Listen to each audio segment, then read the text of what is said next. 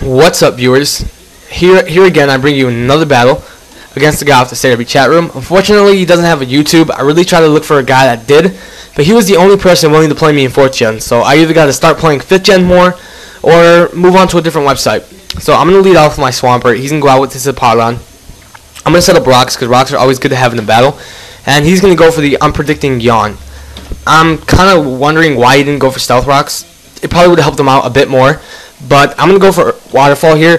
I was kind of confused on how Yawn worked. I thought that after this waterfall, I'd still have one turn before Yawn took full effect. And then most of you guys know that's not the case. But he goes for the crunch, predicting me to switch to something that resists the earthquake, I'm assuming. And it's probably a good play on his part, because if I would have switched to anything, it probably would have been my Gengar. So I'm kind of glad I didn't switch there. But I am asleep now, and he's going to go for the earthquake. By the looks of how much the earthquake did, though, I'm looking pretty good. I know it'll be at least another 2-hit KO after the leftovers, so I'm feeling pretty confident staying in here. So I'm going to stay in, just keep trying to burn turns to sleep, hoping I wake up sooner or later. He's going to go for the crunch here, predicting me to switch again, I'm assuming, because earthquake would obviously have done more than the crunch. And at this point, he knows I'm going to stay in, regardless of what he does, so he's going to want to switch out here and take advantage of me sleeping. He's going to go out into his Lapras, and I still don't wake up, which is unfortunate for me, but he can start trying to set up by going for curses. He gets one curse off after the leftovers here, but I do wake up on this next turn and get off in Earthquake. And the reason I didn't go for an Hammer Arm, sorry about that, the reason I didn't go for a Hammer Arm straight away is because I wanted to get him down to the point where Hammer Arm would be in KO range, and I know with one curse up, one Hammer Arm wouldn't be enough to KO. So I'm gonna make it look like he's safe staying in here. And on this next turn, I'm gonna go for Hammer Arm, and I will outspeed because he did go for a curse. His speed did fall. But yeah, the Hammer Arm doesn't quite KO. He has like a ridiculous 20 health left. Sucks for me. He gets the Body Slam off and the Parahacks. The Parahacks really didn't matter, but the fact that he hit me, maybe this Swampert could have survived one more turn without the Parahacks. I mean, without the Body Slam, sorry.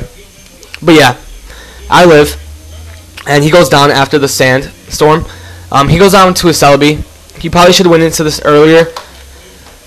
But I know the Grass Knot's coming, so I switch. He goes for a Geiger Drain. Pretty much the same thing, except not really, you know. I'm going to go into my Honchkrow. After the Sandstorm, by the looks of it, he looks to be pretty bulky as far as HP. So I'm going to go for a Brave Bird. He probably thought that he can survive whatever I had to offer. He was maybe thinking I'd go for a Heat Wave or Over Predict, but I just played it safe and went for the Brave Bird, being that it's Stab, and, you know, it's a stronger move. But after the Life Orb and Recoil from Brave Bird, and Sandstorm, I will be to the point where any attack pretty much from a Pokemon would be able to kill me. So he goes out to his Infernape here, and I was predicting him to go for a Vacuum Wave, which probably would take me out, so I go for a Sucker Punch, but he goes for the Close Combat. I was actually pretty close to going for Brave Bird there, but I played it safe instead. But regardless, after Sandstorm, I know one Shadow Ball from my Gengar will take it out, and he knows that as well, so he's going to switch out into his Tyranitar here, which is not very effective. So his Tyranitar takes it well, and I'm fearing the crunch here, so I'm going to want to switch out into my Heatran. So that's what I do. After this, I switch out into my Heatran, not wanting to take a crunch, and that's what he goes for. So I'm pretty much predicting this guy as of this point. I know some Tyranitars like to carry Aqua Tail, and I don't want to take an Aqua Tail either, so I'm going to switch out here again and go into my Swampert. So he doesn't go for Aqua Tail, but Earthquake, and regardless, I would want to take an Earthquake either way. So yeah, Swampert takes the Earthquake, and it's at 58 HP, and I'm pretty much going to leave it in just to die. At this point, it can't do anything in the battle. It's Parahaxed, and it has low health. So yeah, he's going to finish me off with this crunch. And my Swampert goes down.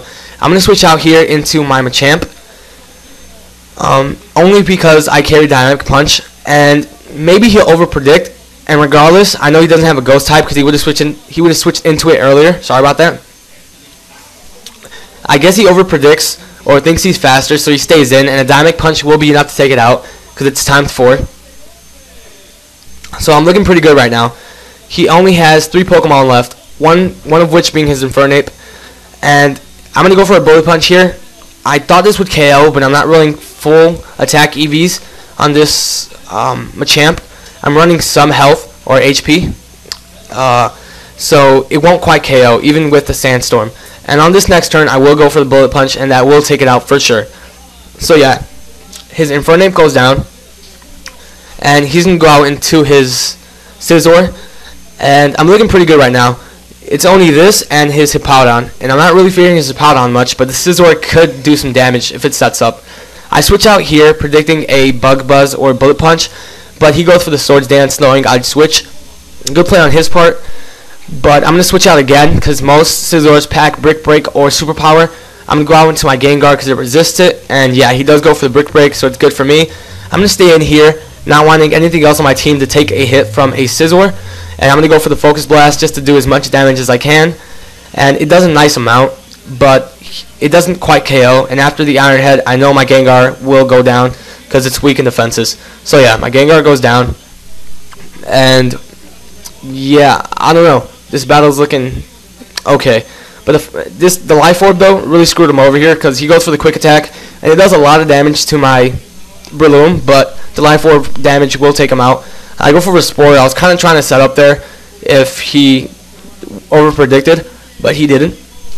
But yeah, my Life Orb, my Toxic Orb activates, sorry about that. Doesn't make a difference because I only live 1 turn. I go for a Seed Bomb here to try to do as much damage to his last Pokemon as possible. But it doesn't quite KO. He goes for the Earthquake, which will easily take me out. But this 1-on-2, it's looking good for me. And unless he's running max speed here, this game is pretty much mine. And it doesn't look like it because he has quite a bit HP, and his defense was pretty well when I went for the Waterfall with my Swampert. So my Heatran outspeeds, and the Stab Flamethrower will be enough to take it out. So thank you guys for viewing. Comment, rate, subscribe. Yeah, that was a great